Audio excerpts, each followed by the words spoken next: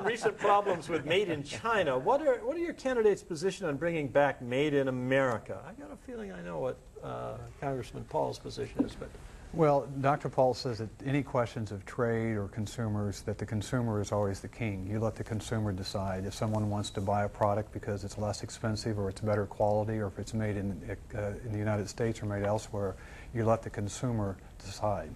He also wants to make sure that taxes are lowered, corporate taxes, personal income taxes, regulation, to make sure that American manufacturing and service companies can in fact compete not only here but around the world. So he wants government out of the way so the ingenuity and the industriousness of American companies and individuals can compete here as well as throughout the world.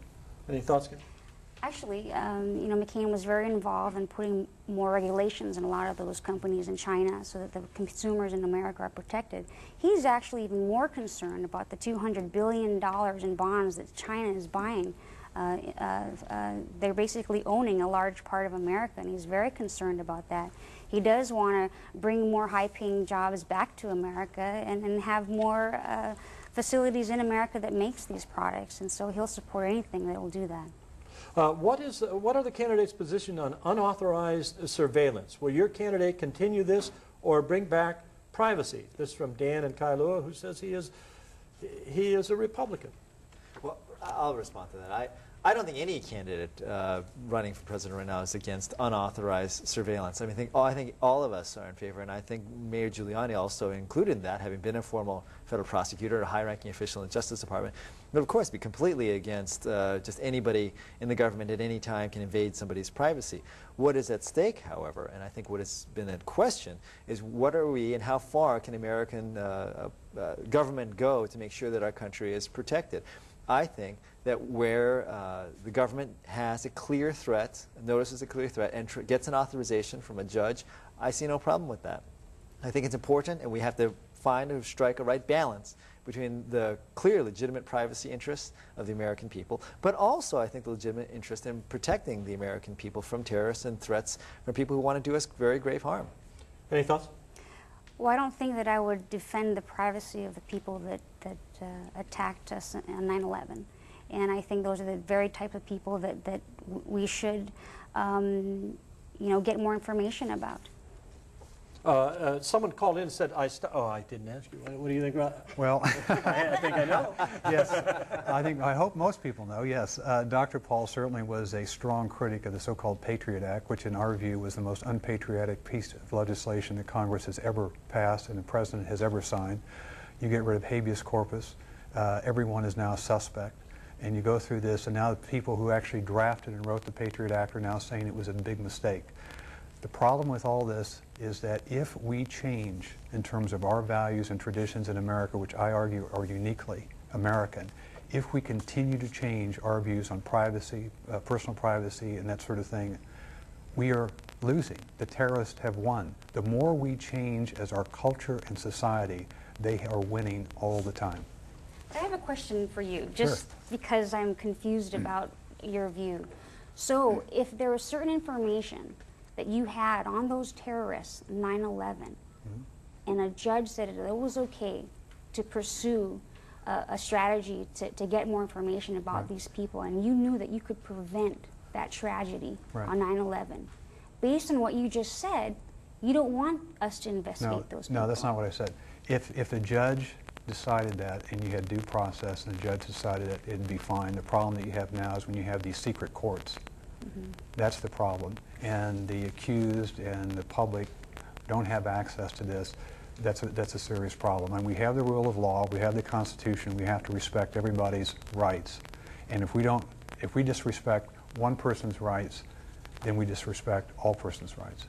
But then, if you have a public forum, those terrorists would have known that you're on to them. So where's that balance there? Well, I'm just trying to understand. I understand. And that's part of the challenge that we have as Americans. I mean, we don't have the perfect system, but what's uniquely American is a concept of privacy. You're innocent until proven guilty. This is truly unique, and the more we change that, so you would agree that you need to strike some sort of a balance then? Well, the balance is always in favor, in my view and Dr. Paul's view, of privacy and respect for the individual, and respect for the Constitution. What does the Constitution say? That's what we have to do. We cannot throw the Constitution out the window, because when we do that, we have changed as a country, and he argues, I believe correctly, that the terrorists win. When we change our way of life, the terrorists win. Is Governor Lingle going to endorse John McCain, you think? She's going to endorse the candidate that wins the primary election.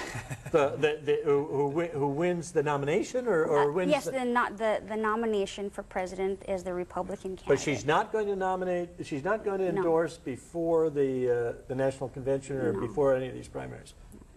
Is that true? You probably better ask Governor Lingle than myself. Yeah, she stated I would, it to you know, us, I would tend to agree with Kim Pines. So who do you have, who influential and strong and so forth in the Republican Party besides yourself? Do you have? Wait, Charles, is Kim Pine on enough? What are you talking about? Do you have supporting Rudy Giuliani? Come on.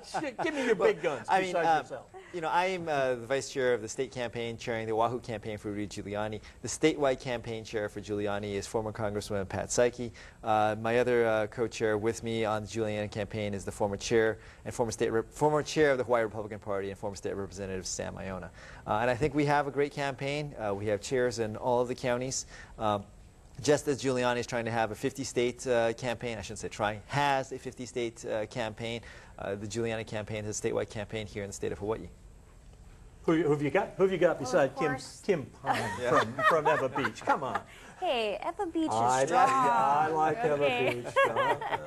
Well, of course, we have the great Gene Ward, who everyone loves, highly intelligent, a great speaker, and of course, Jerry Coffey. We have Orson Swindle, who almost beat Abercrombie, of course, a very well-respected fellow POW. Is Orson Swindle back in Hawaii? He comes back and forth enough to I say didn't know that he's a local boy. So, and of course, just about every retired admiral and captain that you could think of in Hawaii.